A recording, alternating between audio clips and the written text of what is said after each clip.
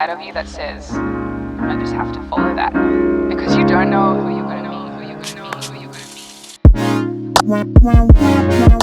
Welcome to the Marquee-Production Podcast, the show all about improving your creative skills in photography, videography, and YouTube. Make yourself the best content creator you can be. So I'd like to thank everybody who watched the first episode. I really appreciate it, and I'm going to continue to get better every single time I do this. It's a skill that you need to learn, obviously, to talk in front of camera, be funny in front of camera, be witty, be charismatic. It takes a long time to do. It's a process. So I am going to go for this goal and try to improve myself every week. Again, I stumbled again on my words because I couldn't think of what I was supposed to say, but it's something that I'll get better at every week, just working on this skill and hopefully get better. So on this week's episode, we're going to talk about the 5 mistakes I made on YouTube. So this is the 5 mistakes. So I don't know if you guys remember, I had a YouTube channel called Marquee City. I did 5 episodes on it. It was about architecture in Toronto and old buildings. And I just want to talk about what I did right and what I did wrong. What I did wrong. And what I could do to change for the future. So, okay. Let's get on with the show. So the first mistake I did was I had no idea what I was doing. Had no idea. Absolutely no idea. All I wanted to do was I wanted to make a YouTube show. That's it. That was my goal, and that was it. And I just realized it took a lot longer to learn all the skills to become a YouTuber and making a show, editing it, and all that. And I feel like if I would have done it better if I had taken at least a class.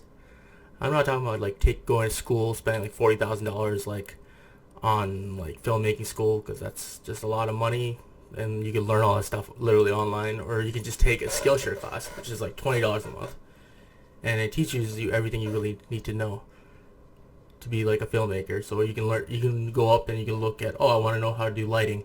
There's a class for lighting. I want to know how to use Premiere Pro for editing. There's a class for that. I want to know how to shoot outside. There's a class for that. There's a class for everything. You can just literally, I've taken the class for editing, I've taken the class for lighting, I've taken the class for photography, and it's helped me out a lot. You can learn all of that without even spending money on school. If you want to be a doctor or a lawyer or engineer, it makes sense to go to school. But if you want to make videos, you can learn all that stuff online, man. As long as you have the drive and the motivation, you can do it. It's very easy. You can learn all that stuff. So the choice is yours. If you want to spend $40,000 on filmmaking school, you can do that. If you want to just spend $20 a month and just learn through Skillshare, you don't have to use Skillshare. You can use the other services as well. You can use Udemy. There's Coursera. That's another one. So you can use a bunch of them, but Skillshare is the one that I always hear about through different podcasts and different videos. So I would recommend that. Mistake number 2. I had absolutely no passion. The first episode, I talked about being passionate about your subject, and I thought I was really passionate about Toronto architecture and buildings. And I do. I love Toronto. I love urban living. I love the idea of living in cities. I think cities are the most sustainable place to live in. Let's say if you live in a condo tower, you have a gym at the bottom of the tower. You have your grocery store. You have a coffee shop close by. Your workplace is 10 minutes away. You don't even need a car. Literally, it's the most sustainable way of living. It gets a little crowded. If you're not into that, then you live in a rural area. But cities in general, I was very passionate about them because I love the idea of using transportation and just having this cohesive little area where people go and work and play. And I was actually very passionate about it, but I wouldn't say I was as passionate about it as photography and videography. When I post a video or a picture and I do a good job on it, that feeling itself feels very good. And that's kind of rush that you don't get by just talking about photography. That's the kind of rush you don't get by talking about architecture And architecture is all fun. I would say like it's one of my top 5 favorite subjects to talk about. So I still do love talking about it. But to create a YouTube show about it is, I just do not have the passion or the drive to do that.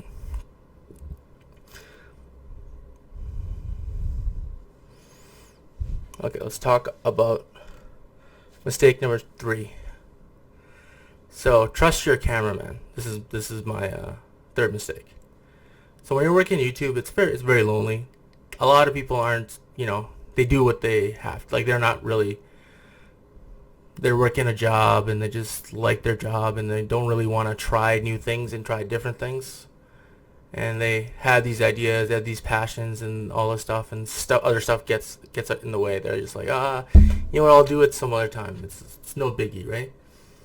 But when you find somebody who's in, like he has similar interests in you, like he's into photography, he's into videography, he's into all that stuff. That's a really hard thing to find. Somebody who's into the same stuff as you.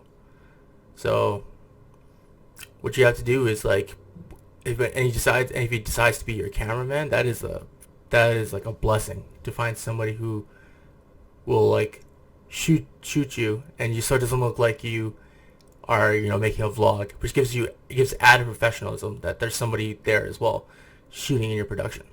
So, and the problem is, I had a lot of ego. I was kind of like pissed off because like it was like my show. I wrote it, I edited it, I did all the stuff, I did the shot list. So I was always kind of like very egocentric. I'm like, oh, and he would try to give me ideas on how to do different shots, and I'd be like, no man, just shoot with the camera, and like, and I would just shut him down, and that was kind of like rude of me. And I kind of still regret it to this day that I didn't keep a good relationship with this individual. Unfortunately, like, me and him are not friends and not talking anymore. But again, finding people with similar passions, a person who's the person who wants to actually record you on camera, that's a very hard thing to find. And it makes it a lot harder to do cool shots and creative shots of you walking and changing to different resolutions and stuff like that. And it sucks. So I would say just trust your cameraman. Like, obviously if he's looking at the camera while he's shooting you, so he has a better understanding what the frame looks like. He can think on the fly, like, okay, this would look cool because there's a cool object and there's a cool building in the back, and he can get me in the frame with him. But like, if you let your ego be like, no man, I wrote this episode, I made the shot list and all that stuff, it'll kind of poisons the other person, it poisons you. So I would say, yeah, man, trust the camera guy, dude. I ruined a perfectly good relationship just because of my ego, so it's not a good thing. Mistake number 4. So number 4 is consistency. So my goal with Marquee City was to do a show weekly, and do an episode weekly, pretty much, about a different building in downtown Toronto. Sorry, excuse me. A different building in downtown Toronto. So I didn't realize how long it takes to write an episode, write a script for the episode. I didn't realize how long it takes to research the building, and also you need to scout the location before you go and shoot it, because if you don't know what the building looks like and like the entire area very, very well, it'll take longer to shoot because you'll just be making up shots while you get there. It's like, oh, I didn't know there's this section of the building, this is a cool area to shoot, this area, right? So like when you go to shoot, that process becomes longer. So if you look at it, you have to research the building, you have to know what you're talking about. That's one hard thing. And you got to write the script, and also you got to scout the location and make the shot list for the script, so you know exactly, okay, I'm going to be talking about this subject in the building. We're talking about the roof and the architectural design of the roof.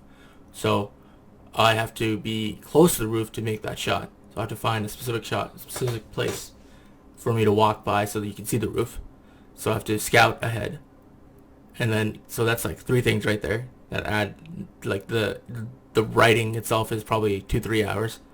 and then the scouting is probably another hour, 2 hours when you go there, and then you've got researching is probably another 3 hours, and then when you go to shoot, that's another, you think it's going to be 2 hours only, but just add double the time, so that's like 4 hours right there. So you're done with the shooting, and then you get to the editing process, depending on what you're doing. And one of my episodes, I did like my 5th episode with the University of Toronto, the University College building.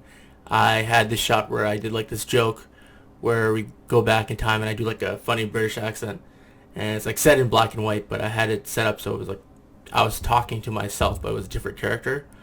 So I had to write that down, exactly what I said and like where it is, and set it up in a way that that's two different people. It's like me talking, but it's two different people talking to each other. And that takes a lot of process, and it takes a while to edit and shoot, and then obviously mess ups. Like when you get there, you're gonna obviously mess up your lines and mess up your accent. Like sometimes you try to do a British accent and it sounds totally different. So overall, like I said, I was gonna do an episode every week, but the amount of work to do that one episode was probably like 1 month's worth of work. So my goal was just shattered right there. That this would be a monthly episode instead of a weekly episode. So I failed in that consistency. And again, it was sustainable. It just wasn't sustainable to do.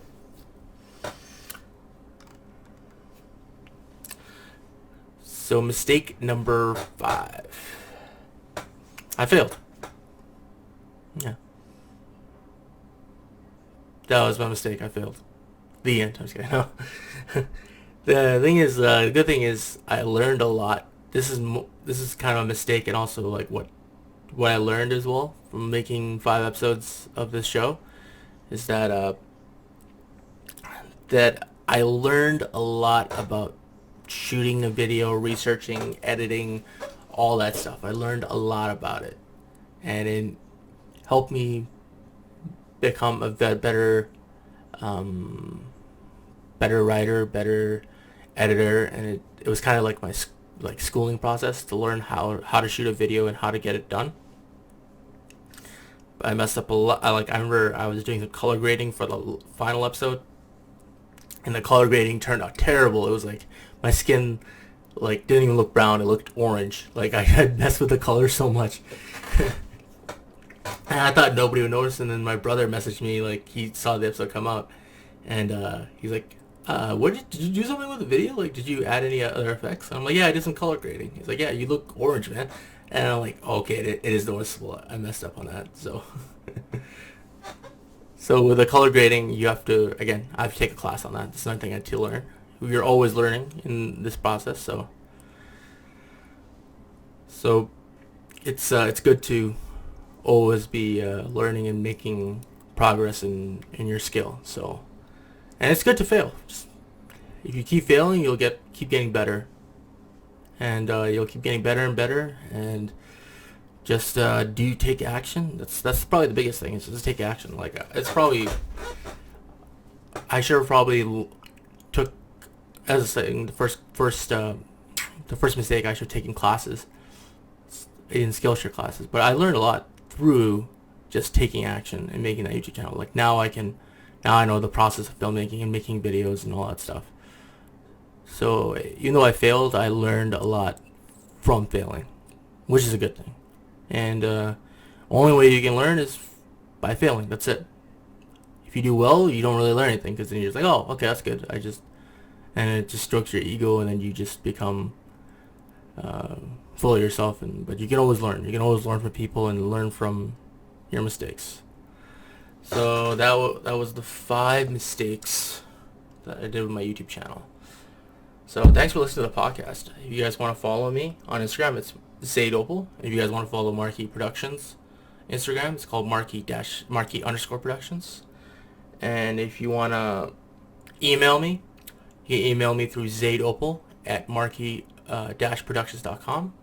That way, if you want to do some video work or photography, you can check out my portfolio at marquee-productions.com. And if you want to work with me, you can just access me through there. And I also want to mention that the podcast is now on iTunes, which is friggin' awesome, because I'm a podcast maniac, and I listen to a lot of podcasts, and seeing my own podcast on the podcast app kind of makes me like a little happy. I'm like, yeah, I'm heading places. I just gotta keep doing these episodes every week and keep getting better. But I do appreciate you guys watching, and if you guys want to look at my ugly mug, you can you can listen to the podcast on iTunes, and if you want to, you can also on the website you can also download the podcast through the about page on my website. But yeah, thank you guys for watching. I'm gonna make this podcast as best as I can, and yeah, see you guys next week.